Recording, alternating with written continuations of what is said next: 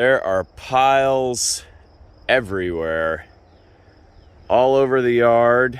So this is it, we're doing it.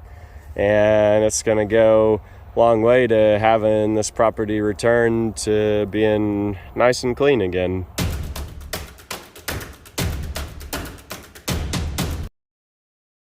I have bought the property, and this is what it is. Now, this has been a salvage yard for a long time. It became a bit of a dumping ground. There were quite a few campers and just a lot of debris and things out here. So just been sorting some at a time. I'm pulling all the wood and brush out and putting that in these bed liners. And so that's gonna be burned on site.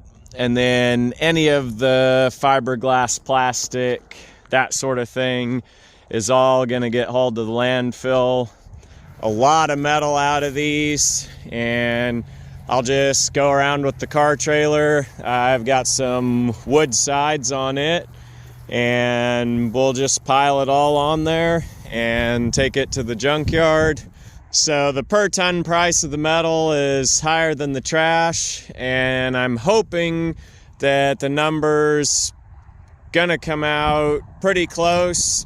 I'm hoping I won't be too upside down, but for the price that they were asking for this property, I could have a good cushion and budget for cleanup and still be ahead on it financially. It's just eating an elephant one bite at a time, and there's a 6 months to a year plan, there's a 5-year plan, a 10-year plan, more debris piles, more trees that need to come down. And you look in these and there's a decent amount of steel still left in them. I think they just focused on grabbing the big pieces when they were scrapping out of here. So this is what a typical pile looks like. It's just a mix of wood and tree limbs and sometimes trash and steel, car parts. So basically walk up to it and grab the easy stuff, set it all out, and then start carrying it to the trailer. The other reason for starting on this by hand is that each of these trips, when I'm walking, I'm looking down in the dirt and I'm finding pieces and things that I wouldn't necessarily want to run over with a rubber tire when we get the skid loader and that sort of thing here. So these piles are all mixed, jumbled together, and there are piles everywhere, all over the yard. I waited to film this video until partway through just so I could get a rhythm, so I could see what we're doing.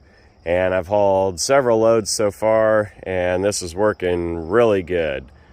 So after I toss the pieces out, then I'll put a few flats down on the trailer, any like shelves and things like that. And that way I can catch just any of the little pieces. Then start filling. So this is a typical pile. They shove this all together. You gotta understand, when this was a full yard, there were rows and rows of cars, and every aisle was packed full of pallets of old auction stuff. It is what it is.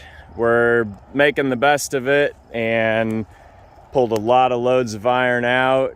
And you look in here, looks like trash, but the closer you look, there's metal pieces, and I found pretty workable method of getting them out, so I'm going to show you that.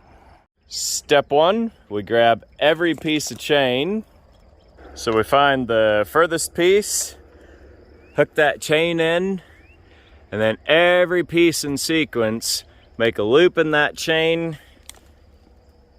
Chain goes all the way along, just looping every piece, and then we tie it to the trailer, make a pole.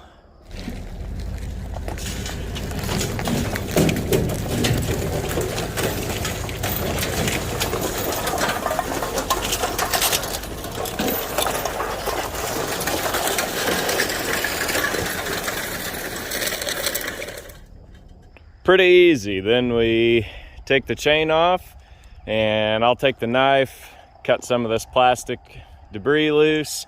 Then all gets loaded on the next trunk load. So here you can see the load starting to take shape. I put a row of stuff down the middle. At the end, on the front, I like to put seats, chairs, appliances, bulky things that I can use to make a end up to there. Then any of like the loose wire and that sort of thing that's real bird nested, I'll put it down about in the middle, and as you keep stacking, it'll just keep crushing it down. And some of that loose and trashy tin works pretty good that way too. This one, I still need to find a tail piece. I like to use either bench seats or long refrigerators, just anything that I can block off across the back and strap over. Makes a good tailgate to hold everything in. And then from there, I get pieces of tin or barrels or something flat that can go against the side, kind of hold against those boards, keep the pieces of pipe and stuff from slipping out of the boards. And then I just keep stacking, get about 6 feet high. And some of these loads are gonna have heavier stuff. They'll be 4,000, 5,000 pounds.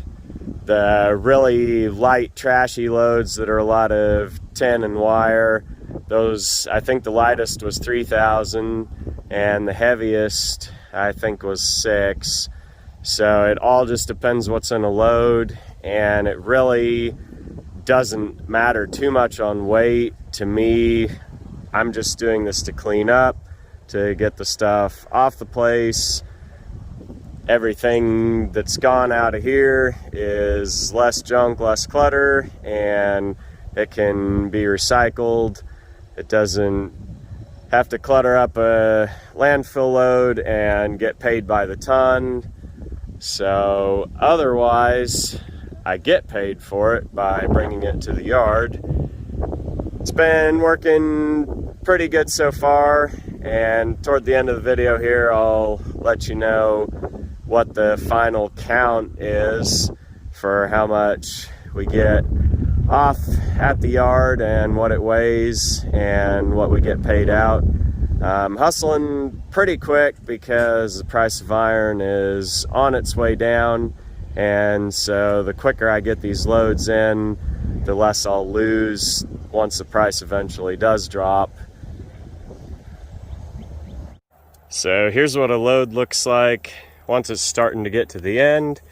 You can still see there's a few holes and areas that need to be filled in. I try and get some longer pieces of pipe on the outside, and they'll kind of contain, and then I can just fill down into there. At this point in the load, I'm just looking for the last little holes and cavities. A lot of times I can take about any length of pipe and in these holes and cavities just slide it in, and that helps to get a good tight load. Then the very last thing, I'll take some cover pieces, put across the top. Those can be either hoods or sheets of tin. Straighter the better. The more mangled ones go down in the bottom of the load. And then once I have those up on the top, then I'll throw the straps over and strap it all together, and that helps it make a nice tight compacted load. And there's just really no way that a person could do that with a skid loader. you're just gonna tumble the stuff on the trailer and have it real loose, and I doubt you could get much over 2,000 pounds, and it'd just be really hard to contain it because it would all be wanting to shake and rattle off. So this is how we ended up doing. I don't know what the exact final count will be. It's probably close to 20 loads, could be over that, I'm not sure, but I'll put that down, and so let you guys know the exact number. And this is getting pretty well toward the end, just of the hand pick stuff out of the piles. Then once we get a machine here, it'll probably be the skid loader, and we'll just kind of go through those piles and get the truck. It's got the hoist, the tilt bed with the steel floor, and so that'll be real nice just to fork that trash in, bucket it in, grapple it in, whatever we have on the skid loader, and pack it down. $36 a ton that I'll pay to get rid of that stuff. I'll probably end up picking out a lot of like the brush and the lumber and burning that. We can burn because we're out here in the county, we just have to call it in. I don't think I'd really want to burn a lot of like cloth and plastic and fiberglass, because you just end up with a bunch of contaminated ash left over. And since there's groundwater here, I'd like to keep that as clean as possible. So this is the way we've been doing it. This has been a little over a month project, in between the rain, which there hasn't been a huge amount of that's really held up getting things done. So we've actually gone pretty efficiently the whole way through hand loading this. It's been a lot of work. Lift 50 tons of iron, 1 pound and 10 pounds and 40 pounds at a time, but I knew getting into the steel what it was going to be, and so this is it. We're doing it, and it's going to go a long way to having this property returned to being nice and clean again. Another way that I'll help get a nice tight load is once I've got about 5-6 feet on here, I'll walk up on top and just stomp on it, and all 140 pounds of me will mash that 10 down some, and the wire and the loose stuff, and just keep getting that packed in nice and tight, because when you strap it, you want it to pull down and get out and head off to the yard.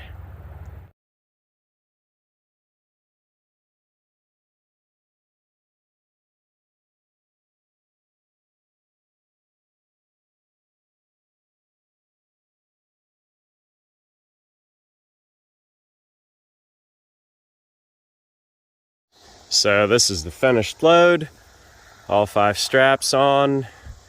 Last step is I walk around and just kind of grab the pieces at the edge, anything that looks like it might be loose. Most of the time it all sucks down pretty tight, but anything that's threat to blow out, I want to stick inside, make sure that it's not going to catch wind and come out on the highway. And then it's off to the junkyard. This is load number 1. You can see it's not hugely full, but this is what I just wanted to proof it, make sure this was going to be an efficient way to get the scrap off the yard. Load number 2, you can see we're starting to get a rhythm here. Got a lot of volume. A lot of this stuff came from between the box cars, and it was one of the heavier loads, because hidden in here there was a lot of iron and intake manifolds, axle shafts, stuff that was just pure junk, been laying in the dirt and wasn't really any good. Here you can see load number 3. This is getting shoved off with the loader, and they smash it into the dumpsters. really fun to watch a load that's packed get all torn apart. Load number 4, see, still get a rhythm. At this point in the cleanup, the piles really aren't reducing. That's something that subtly, after a lot of trips of doing this, finally start to see progress. Wanted to thank everybody for watching the first video in this series. This has been a popular topic for you guys, and appreciate everyone's support and encouraging words. Got a lot of helpful advice from you guys, and so I just want to say thank you to everyone who's been following the channel. Now, this is just going to be the highlights of the cleanup. This represents almost 2.5 years. We hauled away a lot of trash dumpsters also, and my focus was just speed and efficiency, getting corners and areas cleaned, and I didn't even put a camera out to film any of the trash. Really just the scrap metal that you see here. I want to keep this light enough that you guys don't get bored. When I toured the property with the realtor, he had guessed that there was a good chance that the amount of scrap would pay for the cost of the property. I was very skeptical, and turned out to be right, because it was not even close. My goal was that if I could at least get roughly even on the amount of dumpster receipts versus scrap iron receipts, then the cost of the cleanup basically would be my time, which would be paid in the increase in value to the property by it being cleaned up. Keep in mind there are also other costs that were just purely time and didn't involve money in or money out, such as cutting brush and clearing trees. Several of you in the comments suggested getting an excavator, which I was against because the concrete out at the property, which was left over from the highway, was just troweled out without any real thought to engineering, so there's no rebar, no mesh, and to drive an excavator across the top of that, I just didn't have the confidence that I would be breaking it apart and causing more damage and more issues, making it unusable with concrete chunks everywhere. So the only excavator involved in the project was at the scrapyard to unload my trailers. Several of you also suggested a grapple for the skid loader, and that was one thing that very early on after buying that machine I bought. However, I didn't realize that there were many, many different types of connectors for the hydraulics, and by the time I was far enough into the cleanup, I just ended up doing everything with the bucket and the forks, because I figured out how to be very efficient with those, and the grapple is actually still sitting brand new, unused. So if anyone is interested in a grapple, I would be ready to sell it. I don't have any plans to hook it up. I'm dead serious on that, so if you want a grapple and you're near South Central Kansas, get with me. It's an excavator style with a skinny bucket and a thumb. During the hot part of the summer, for about 2 straight months, this was my full-time job. Once I got a rhythm, I could get a load just about every other day. Having the skid loader on site changed the cleanup. I was able to stack the trailers taller and heavier. I did have to watch out for the weight. This was by far the heaviest load. I just kept stacking, and it was around 8,000 pounds. Oops. With the skid loader there, the cleanup got serious. This iron box was around 8 tons. English Rentals, a local dumpster company, got started right when I was just getting into the cleanup. This was a great opportunity for him as well as it was for me. Being a new business, there was really no waiting list for the dumpsters. I could call, have one there, fill it. You can see the second dumpster, I chopped up the mobile home frame, put it on top. Each one of these dumpsters represents the approximate equivalent of about 3 to 4 car trailer loads. So, I only needed to do 2 of them. By having these 40-yard dumpsters there, it moved the cleanup along.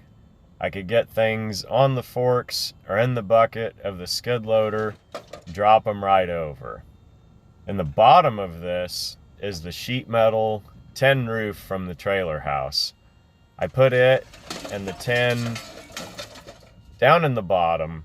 That way, as I kept stacking heavier things on top, it would all smash and compact down. You can see by the way it's having trouble coming out, this load was packed in pretty tight. I definitely got my money's worth out of this dumpster. Chance is an excellent guy, a good friend, and if you're in the area and need dumpster service or even household trash service, be sure and give him a call. He would love your business. Having his contact to deliver dumpsters meant that the second phase of the cleanup, the trash, was about to really take off. Once this dumpster was empty, I had him turn around, bring it to the yard, and we started filling it with trash.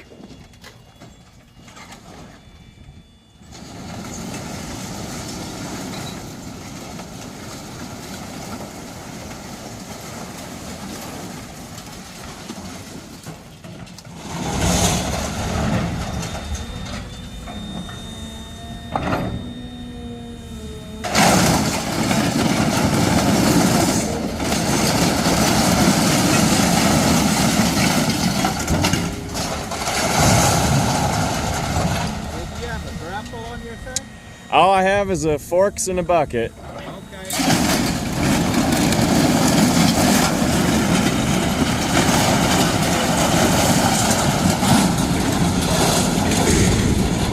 We bought a grapple, but I need to change the fittings out. Was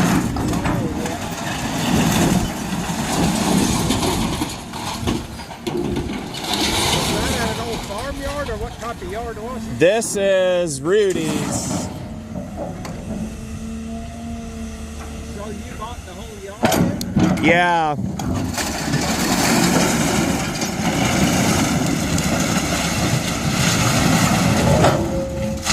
Interesting to know. Sometimes.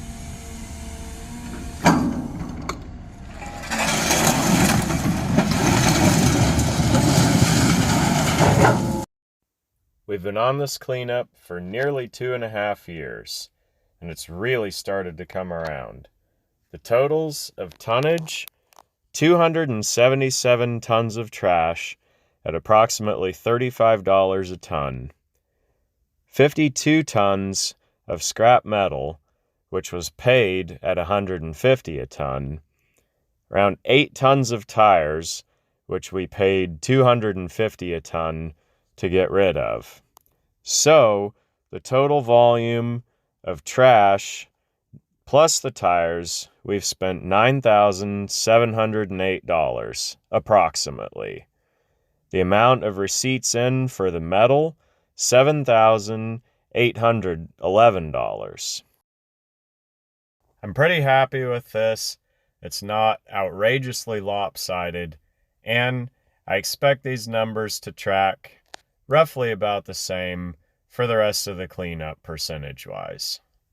The grand total, 337 tons of material removed from this property. So far. A lot of what was in this load came from around the building. We took trees down and removed a big pile in front with a lot of small mechanical parts that added up quickly in the barrels. Goal for for getting this ready was to do the tear off of the tin on the building in preparation for the builders to reskin it, do new insulation. More on that later. I did haul some loads of aluminum, copper, which there wasn't a whole lot of, considering this place had been picked fairly clean of anything except for scrap iron and trash. Emptied the trailer and cashed out $261 from this trip. I could have separated more, but throughout most of the cleanup, my focus was just on speed, getting as much hauled away as quickly as possible. So here we are in October of 2025, completed an awful lot of the cleanup. There's so much of that I just don't film and don't show because I want to keep this fresh and exciting and interesting for you guys. It's definitely not going to be the I bought a junkyard channel or the I cleaned up a junkyard channel. These are just a few quick videos to show the progress, show what we did. See this whole area that used to be a pile of trash, it's now cleaned up and got vehicles here. Joe's been excellent friend to me and helped me get the wheat truck brakes done, so now those are all good. Got a load on it. This will actually be the first load that I take in this truck and dump. Just a lot of mix of stuff in there. Usable material to be recycled. All that steel and aluminum can be melted down again to be new things. And a lot of that, if it's in the piles, it's just a hassle to have it mixed in with the trash, especially that long stuff. And it's just easier to pull it out, make a scrap load, get a little bit of money back at the scales for some of this stuff that can be recycled. And away we go to the junkyard. This is the current status of the yard as I shoot this video. See, got it cleaned up quite a lot. Trash out, junk out, inventory in.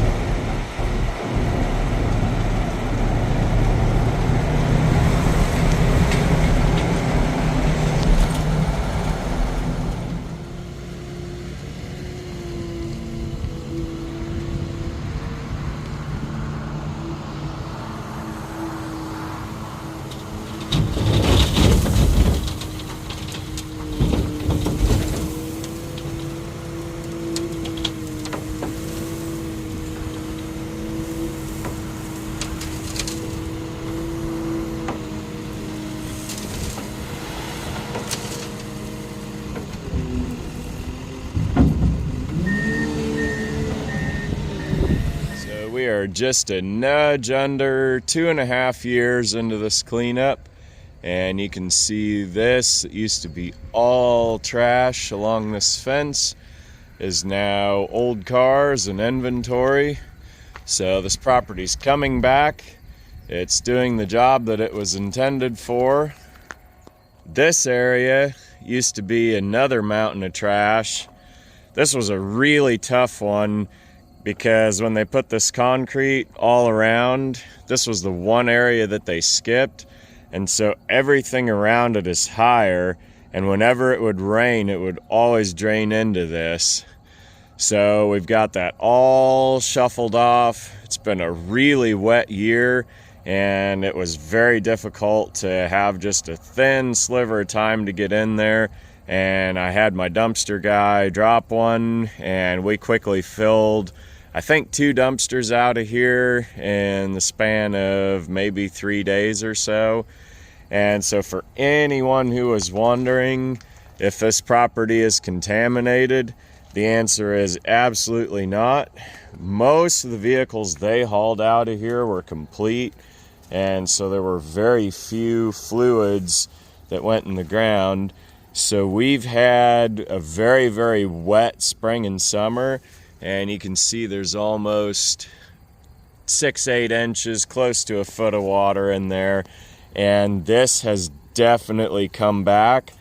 There's been probably 1,000 frogs that have hatched out of here. There's been crawdads, there's been dragonfly nymphs. It was really cool this spring. You could see all that just teeming with life. Now it's pretty overgrown with this weedy grass. So if that tells you anything, this property can be redeemed, it can be brought back, and that's exactly what we're doing. Here's another section of the wall. This was all trash, clear out past where I'm walking, probably 3-4 feet deep. I did get a deal on dumpsters. There's a guy here in town that was starting a dumpster service, and so he worked really well with me, and it was cool to be a part of this because not only did he help get a lot of the cleanup done, but also helped him get a start and build that business a little bit. This pile here was a big trailer house frame that was all smashed down, a lot of trash on top of it. So I got rid of all that, scooped. You can see one of the problems with this whole deal is you get that bare dirt, and any of the weed seeds, the cottonwood seeds, the elm trees. I'm not sure what we have out here. It's some invasive species, whatever it is, either Chinese elm or Siberian elm. Got to really watch that. I think what I'm gonna do next spring is I'm just gonna go get some Bermuda seed and try and seed this, because any of that bare dirt, if you get a good mat of that Bermuda, it just helps a lot with other things not being seeded in there. And the other couple cool things about Bermuda is it'll grow about maybe 8-10 inches tall and then just lay over, so you're not having waist high where it's making a bunch of woody stalks that blow against the cars and rub the paint when it dies off in the fall. And the other cool thing about it, you can turn circles in the skid loader on Bermuda and it'll just make the runners out and grow back, so it's a very durable, self-healing, tough grass. Now the boats out here were kind of a thing, and I wanted to show at least a little bit in this cleanup for what we're going to be doing about those. So this is one that sat out here. We dragged it off where it sat, and I took the skid loader, hoisted it up, got the tires about in the middle of it. This boat trailer was given to me by a commercial property guy. That's kind of one of the cool side effects of property being delusionally overvalued right now, is that for the scroungy guys like me, that haul stuff off. I've had a lot of things people have just given away because the real value in any of it is the land itself. And so anything that's on it, for them to get rid of it, it's just a means to an end. And so sometimes they call me. So this is going to go a great long way to getting rid of these boats. And I'm hoping to be able to stack 2 of them, get rid of them that way. This one, I'm not going to do that because I've got a bunch of fiberglass and building materials, old busted up pieces of pipe. I'm just going to fill this all up with and strap it over, take it out to the landfill, get rid of it. They do advantage you about $10 a ton overall of a lower price to separate that stuff. So I'm not going to go crazy on that, but the obvious bigger pieces, it's definitely worth doing that. And I'm trying overall with this cleanup just to be as environmentally responsible as I can. And so obviously, again, like I said before, not burning anything except for lumber or brush, tree trunks, and I'm not even burning treated lumber because I just don't want any contaminated ash out here, arsenic and stuff that's in that. I'd like to keep all of that out of the well water.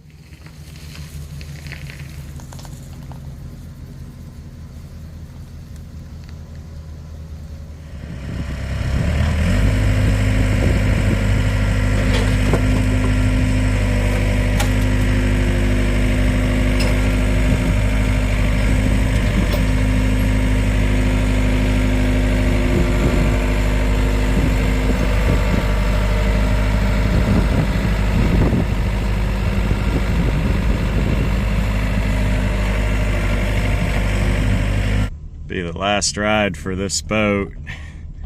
My parents are going to be the last passengers. This is the old closed section of the landfill. You can see it's a mountainous monument to mindless consumerism. It's now closed, but they still accept what's considered construction and demolition debris. So basically any building materials, lumber, and fiberglass, which includes boats and campers. Unlike household trash, which emits gases as it breaks down, this type of debris does not, so it's crushed up by the dozer and used as cover on the top of the old landfill. Since it doesn't have to be trucked away to a different landfill in another county, we get a price break, $10 a ton.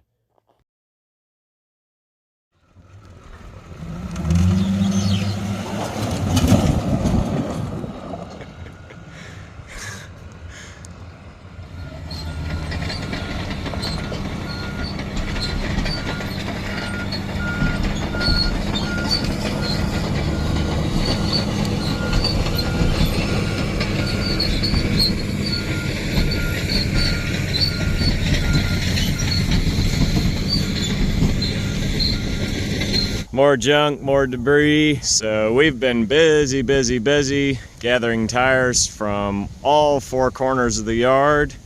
And we've got this big mountain here. I researched prices, and you can either go per tire or you can go per ton. And the per ton price was just a little bit better deal, except for the ones kind of about in the middle size. It's actually a little cheaper to go by the piece on those. So I hauled a couple trailer loads of them locally. And the rest of these in Tire Mountain are all gonna be going away. I've got the truck scheduled to come, and they're gonna bring their grapple and trailer, and these will all disappear. They're estimating around the $3,000 mark. So I've unloaded the last trailer load of tires here at the local county spot, and I think this is about 4 car trailer loads. Probably all but about 30 of these tires are mine, and by sorting out some of the bigger middle sizes, I was able to save somewhere between $400 and $500 on the fees. So it was definitely worth sorting, especially considering I had to pick them all up and move them anyway. So that's the end of that, and the guys will be coming with the semi tomorrow to grab the load out of the yard.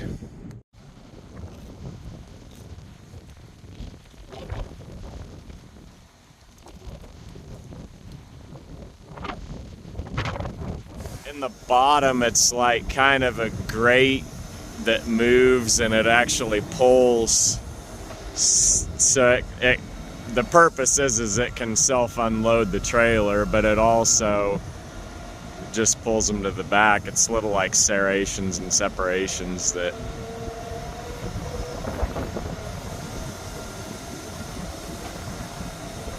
this may not take very long.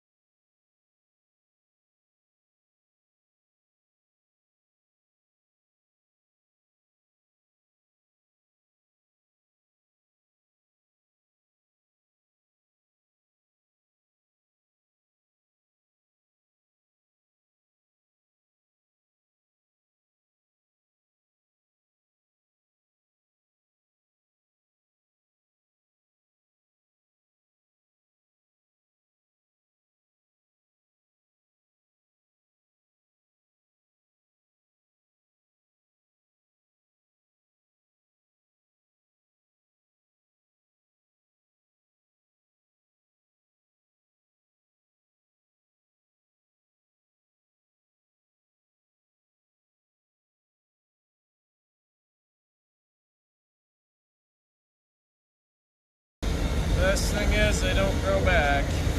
Go to all this work to clean these up, and then the neighbors dug a pond over there, so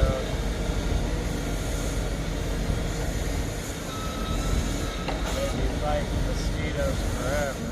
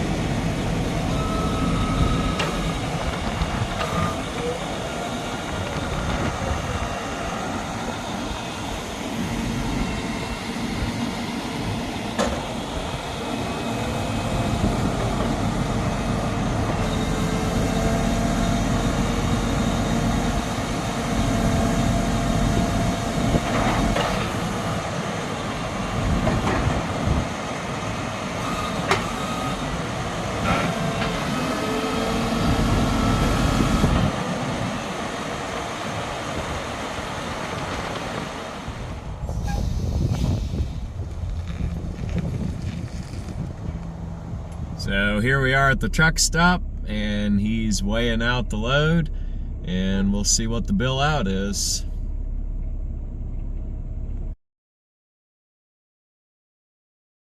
You guys commented on that opening video, hoping there might be some usable parts or inventory in the yard, and I found very, very little. It became apparent fairly early on that when that stuff was pushed in those piles, anything that would have been usable or have value was just pretty mangled up. However, there's always some notable exceptions. This, I believe, is a 53 Chevy Parklight, 66 Fury taillight. Speaking of mangled, there were some catastrophically run over flattened cans, which for whatever crazy reason I think are really cool for display. So I'll put those up just as mementos of the yard. This one's really cool too. Teflon iron safe. I think that's just something you'd set on your board so you didn't burn through. This is a really neat one. This is a windshield washer jar, presumably. Now this is all marked in French. I don't know if you can see that. And then this is a really light, fine tissue paper that sat in there and got some moisture, so I don't want to open it up and tear it all apart. But any of you Canadians or French speakers, you can probably interpret that. Couple of 1973 to about 76 Chevy pickup caps. This big 3/4 ton one, it was in the massive pile, and I was scooping on that like crazy. I wouldn't really even hop out of the machine. I was just going and going and going. And for some reason, I don't know why, but I stopped the machine and jumped out and shook the pile a little. And believe it or not, this pristine 3/4 ton cap fell out. They're about 100 on eBay, so 400 for a set. And I'm guessing out of the whole place, I probably took $1,000 retail of anything cool or usable. There's a little bit of steel in there, and other than that, just hardly anything. One new old stock bumper guard, possibly Plymouth Valiant, but I don't really have a guess on it. A single like that, probably not too much value. Not a lot of people like the look of bumper guards, but it is a new old stock, brand new part. This piece is a bit of a what's it corner. I have a guess that it might be for vending machines. People would take the coins out, stack them up, and they'd be able to see what amount they had made. That's purely a guess, though. If I'm wrong, be sure and leave a comment. 1940s Oldsmobile. I don't know that it's a hubcap center, but it's possible. Maybe for a wire hubcap. 1984 Ford Sales Award. Got the Delco carb kit, AC Delco PCV tester. This little sign, I think might have been a fridge magnet, but I'm not sure. And that was just laying out on the ground right in the middle of the dirt, still in pristine condition. I thought this piece was really cool. It's a fish that's flat. It's got little relief where it comes out of the wall, and it's just all muddy. That was sitting in the dirt. That was one thing about this yard cleanup. There's some things that, for having been shoved around and laid outside for almost 10 years since the cleanup, or several decades before that, that just survived in very amazing preserved condition. This piece is kind of neat. It's an old gear, but it's shaped like a wheat thresher, which before harvesting machines, that was how they would get the grain out of the heads. And so one of our local colleges, Bethel, that's their mascot, is the Threshers. And so I just thought that was kind of a neat piece, sort of around the area where the college is. Couple old wrenches, a boot heel. I have kind of a thing on any of the old abandoned places before they're dozed over. If I find any old boots or shoes, I display that stuff just because it's a tangible link to the people that used to be on a property. Mopar thumb wheel radio, not in stellar shape, but if a guy's got an old car that's missing, put that in and make the dash look complete, even though there's probably no chance it works. A couple of these Fisher Coach seat belts. These are circa 1968. Some of that stuff's reproed and some of it's not, and so guys putting together used parts to make sets, you can just start collecting pieces, so those will be good for eBay. And then these gutter ends I thought were kind of neat. I think they're salesman samples, probably from an old hardware store. That one you can see with the seam, and then this one you can see is a single drawn piece. Stuff like that, probably no monetary value, but they're just tangible relics of the past and of the industrial processes, industrial design. Thought that single one was just kind of neat because somebody designed a stamping press that they could put that in, and there's actually a lot of engineering to that to get that steel to form without tearing. Few other little pieces, 70s Ford truck mirror, the little Motorola speaker, cast iron piston, just cool shelf sitter. Got a sign hanger. This I think is some kind of like a flat lamp. Would have put the kerosene in. These I found out in one of the piles. Chrysler from probably the 1980s. 1978 is that one. Handle's broken off, but they're just cool relics of the time. That is a Ford Pinto and Fairmont hubcap. There's some truck mirror brackets. The conduit pieces, I thought I might make like a junkyard sculpture and maybe use those for the hair. But that's probably later on in the 3 to 5 year project. Little fog light. There's a whole bunch of these hangers. I think maybe for sliding barn doors, but I'm not sure. Probably send those to the flea market with Dad for a little architectural salvage.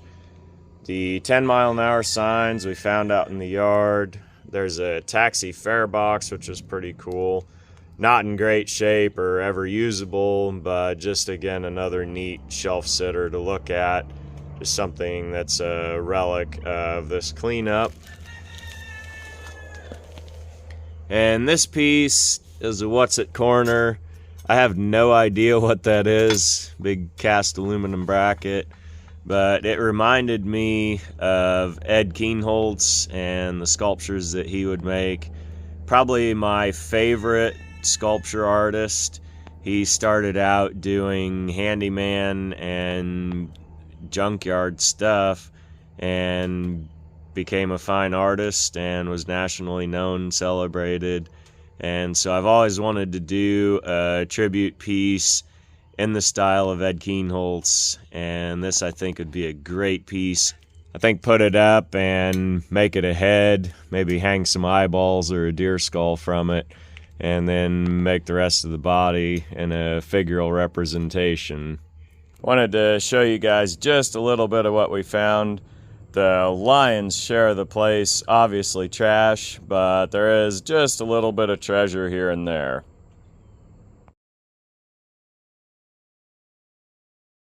So we got a ways into the cleanup here, just going around trying to pull out metal, pull out tires, little bit at a time. It's like eating an elephant.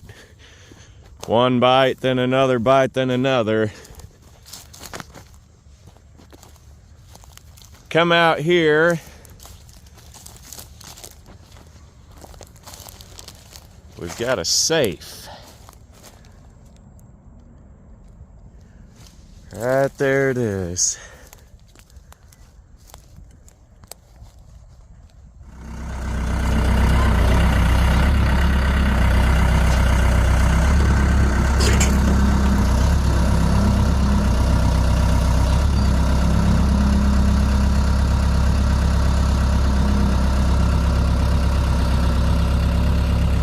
everybody for watching. We've gotten a long way into the cleanup, gotten a lot of junk, and paid for the skid loader. So this has been really fruitful and productive operation. Tune in for the next episode here of Mr. Goodpliers. I found 2 old safes out in the yard, and we're gonna crack those.